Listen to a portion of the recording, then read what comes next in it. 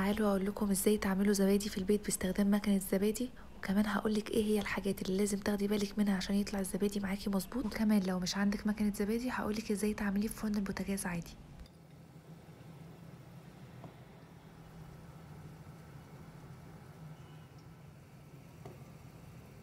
عايزه اقول لكم ان في الفيديو هنا انا قلبه علبه الزبادي، والزبادي متماسك جدا ومش بينزل من العلبه. اول حاجه عندي ده لتر من اللبن ده انا غليته الاول وبعدين سيبته لحد ما يهدى خالص ويبقى دافي. وكمان معايا علبه من الزبادي، ومهم ان الزبادي يكون بدرجه حراره الغرفه مش تكون ساقعه.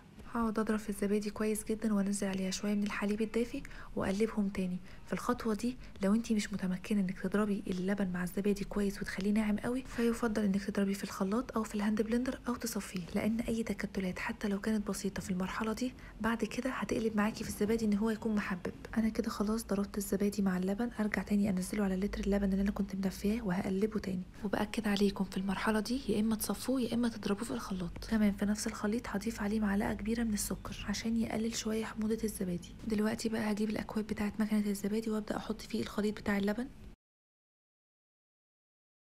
انا كده خلصت. دلوقتي بقى هجيب مكنه الزبادي وابدا ارص فيها الاكواب دي.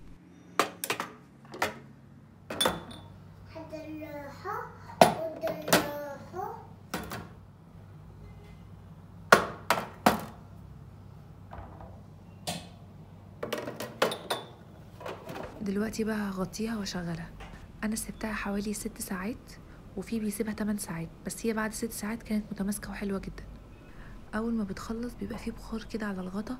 مهم قوي واحنا بنرفع الغطا ده ان احنا نبعده عن الزبادي عشان الميه بتنزلش على الزبادي نفسها. كده بعد 6 ساعات والزبادي خلصت هبدا اشيل الغطا. بصوا ما شاء الله، شايفين الزبادي متماسكه ازاي؟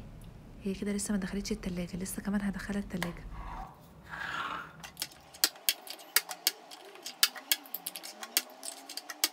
بصراحة رأيي في المكنة حلو جدا وعملية قوي ومنجزة. لو مش عندك بقى مكنة زبادي هقولك تعملي ايه. هتعملي نفس اللي عملناه بالظبط، وهتجيبي خليط الزبادي تحطيه في الاكواب، وهتجيبي صينية تحطي فيها مية سخنة بس ما تكونش مغلية، وهتغطيها وتدخليها فرن يكون دافي. انا كده خلصت الفيديو، يا رب يكون عجبكم. مع السلامة.